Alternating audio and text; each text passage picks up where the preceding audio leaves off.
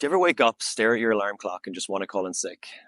Do you ever just want one more day to complete all the chores and the life admin you need to do? One more day to hike a trail, sit in the sun, have afternoon drinks, and just not listen to that one guy at work who says, let's circle back? Are you sick of saying, do you want salad or fries with that? Or looking around heavy bricks on a construction site?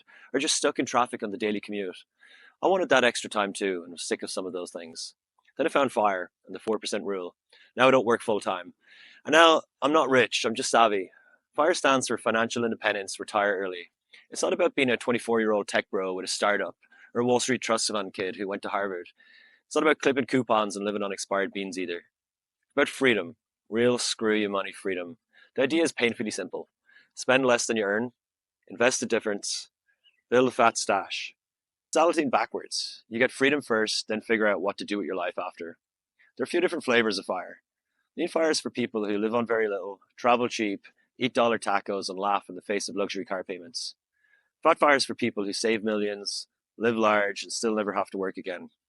In between that, you might have Barista FIRE, Flamingo FIRE, Coast FIRE, and I'll go into all of these in the future. Me, I'm somewhere in the middle.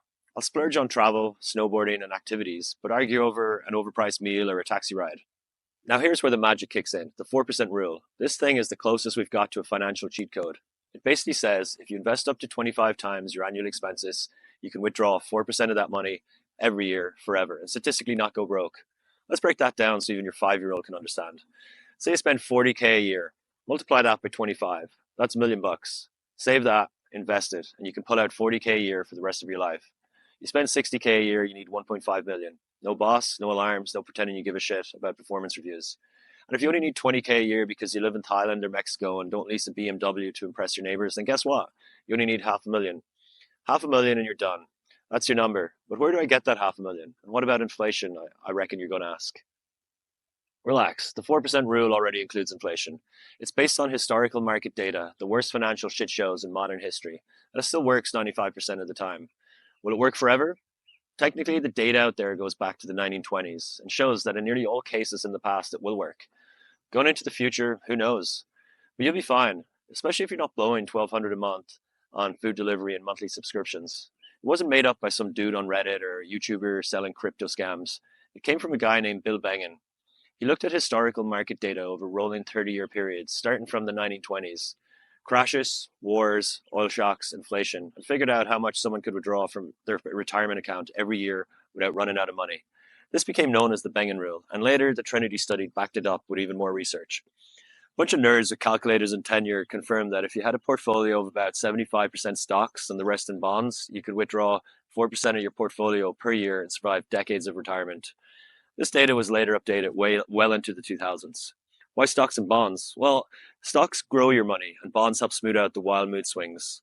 Now here's the fun twist. Because interest rates were dog shit for years and markets kept pumping, recent research actually suggests that the safe withdrawal rate today might be closer to about 4.7%, allowing you to withdraw more or eventually save less, whichever tickles your fancy. So yeah, it might actually be the 4.7 rule now, but nobody bothered to rebrand that because it sounds like an ad for a used car loan. But remember, these numbers aren't guarantees, they're probabilities. What's happened in the past isn't guaranteed in the future. It's not a financial Ouija board, it's just a framework. The point is that if you spend less, invest smart, and don't act like a panicked squirrel every time the market dips, you can absolutely retire early without running out of money. So how do you actually do it? You invest in broad market index funds like the S&P 500 or VTI or VTSAX. The tickers for these funds will vary country to country and there will be different ways to optimize for taxes in each country. But don't worry, I'll go through that with you. You cut the crap you don't need. Spend less than you earn. You invest every month. You avoid overpriced financial advisors who wear suits and don't answer questions directly. You don't panic sell when the news screams recession. You rinse and repeat until free. Here's why this actually works. The less you need, the less you need. FIRE isn't about being rich, it's about being efficient. Stop buying crap to impress people you don't like. Start building wealth that buys you time.